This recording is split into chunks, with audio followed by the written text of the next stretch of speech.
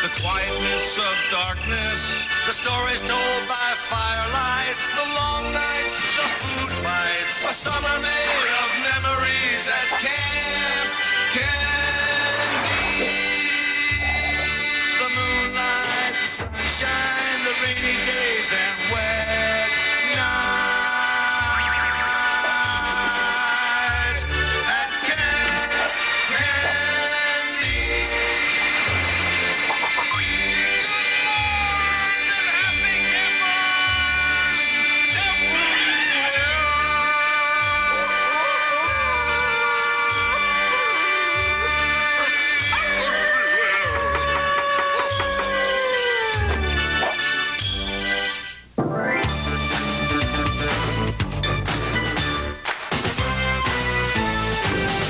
Camp Candy will return after these messages. We now return to Camp Candy.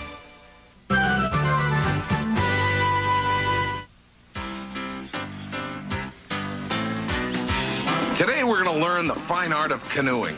Sean, watch out! What's wrong? Whoa! Remember, a canoe is extremely light and tips over very easily, so you must be very careful getting into one. Ow! Canoeing is one of camping's greatest pleasures. Oh, the water whispering by you as you glide silently along, the gentle breeze ruffling your hair. Ooh. And the gentle splashing of water against your face.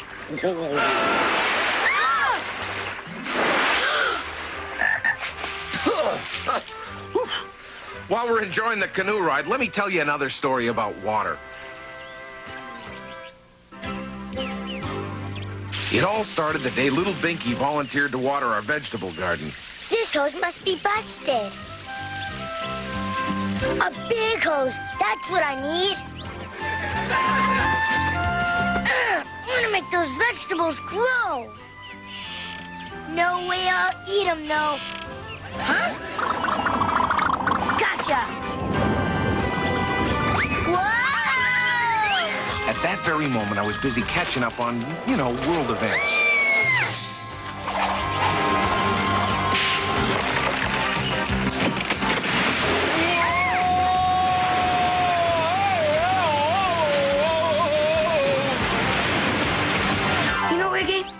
Summer camp would be totally cool if it just had one thing.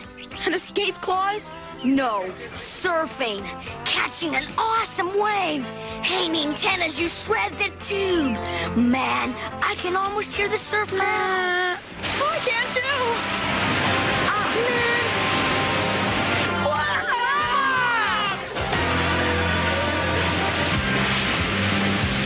Way to go, Iggy.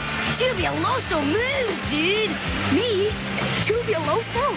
Can you believe it? I'm a totally tubular surfing dude. Cowabunga!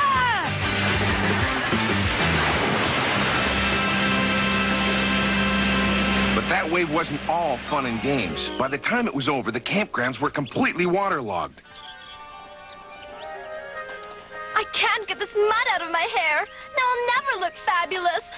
But you always said mud packs were good for your complexion. Oh, this is all your fault, Binky. Oh, Binky. I'm sorry, Vanessa. I was only trying to help. Please, Binky, stop trying to help. You're too small. Okay. Are you proud of yourself, Vanessa? Making little Binky feel bad? You're right. I guess I was a little rough on him. But not having my hair just right always makes me so cranky. Binky did what he always does when he's feeling low. He climbed a tree. Nobody likes me on account of I'm so small. I wish I had a friend the same size as me. Hi, you want to be best friends? All right. Meanwhile, Robin, worried about Binky, had gone to the forest to look for him. Binky! Yoo-hoo! Binky! Binky! Hey, wait! Binky, where are you? Here I am. Oh, you scared me. Well, you scared away my best friend. Your best friend? In a tree? He's a bird. Here's one of his feathers. Where have I seen that kind of feather before? He's a great big bird with a million different colors and two big things on his head. That definitely sounds familiar. Let me look it up in my bird book. That's him! That's the one! But that's a twin-crested nut warbler. They're extinct. It did not stink. Watch what you say about my friend. No, extinct. It means there aren't any more of them. But I tell you, I saw one. Okay, did it make a call like this? Uh-huh. Hi, best friend. Pinky, you found a twin-crested nut warbler. You're going to be famous. Hey, keep the line moving. Imagine an honest-to-goodness twin-crested nut warbler. Big deal. Yesterday I got an autograph from a double-breasted seersucker. Now what? I got one from a yellow-bellied tax dodger. I beat you both. I got Elvis's autograph, and that was just last week. We all awaited the arrival of Dr. Morton Flysacker, the world's leading authority on birds. Dr. Flysacker, I presume. I have that pleasure. Now, which of you supposedly sighted the alleged twin-crested nut warbler? Binky here did. If this turns out to be a fake sighting, someone's in a lot of trouble. Meanwhile, the news of the twin-crested nut warbler had reached Rex DeForest. If they find this bird, they'll declare these woods a sanctuary, and I'll never be able to build my condos here. That's why we have to find it first. Yeah, how's that bird call go again, boss? Like so.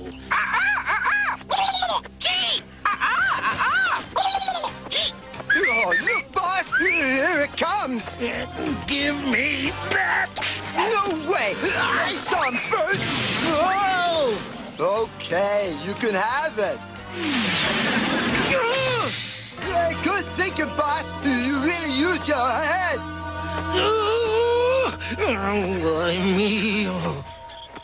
It was already dark, so we decided to search for the twin-crested nut warbler the following morning. It was one of the longest nights of my life. Dr. Flysacker not only looked like a bird, he slept like a bird, too. But then I came up with a perfect solution.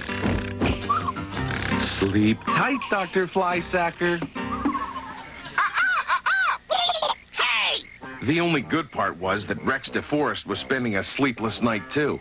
Hey! Hey! Come back here, you feathered freak! Gotcha!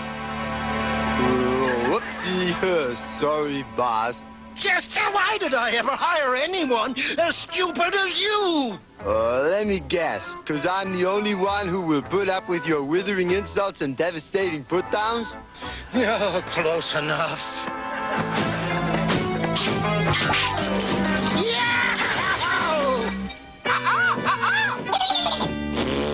You have a bird brain. Interpret for me. What's it saying? It's definitely saying it's hungry.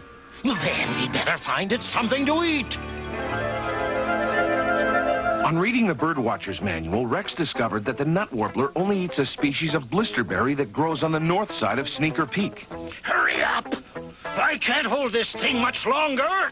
Almost done, boss. Just one more berry. Yes! Hi, boss. You come for the blisterberries? Here, take them.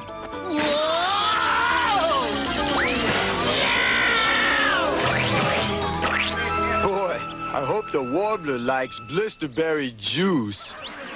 Meanwhile, the girls came up with their own idea. They dressed Binky in a twin-crested nut warbler costume that they'd made themselves.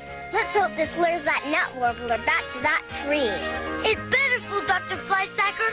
Well, if it doesn't work, at least it'll look good for the prison photos. Okay, Binky, now let me hear that bird call again. Here goes. Well, how was it? I'd better put on more makeup for those pictures. Okay, Binky, here's the spot where you saw the bird. Well, aren't we there yet? Any minute now, Dr. Flysacker. It's them. Quick, Binky, up in the tree. Well, we're here. This is the tree where the bird was spotted. Well, I'd better spot it again, for your sake. It's my friend. He came back to see me. Warbler. It answered my call. And it came from this tree. See that? I told you my campers don't lie. Never mind that. Help boost me up. Of course. Up you go. Come on.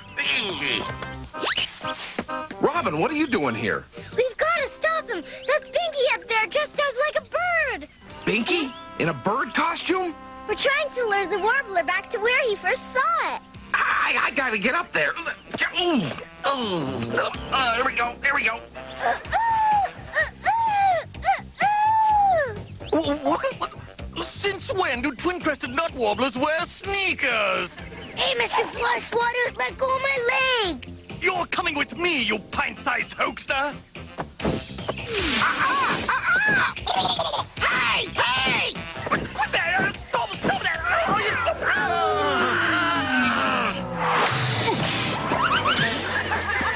It really is a nut warbler. It's not extinct after all. Oh, what a glorious moment in ornithological history.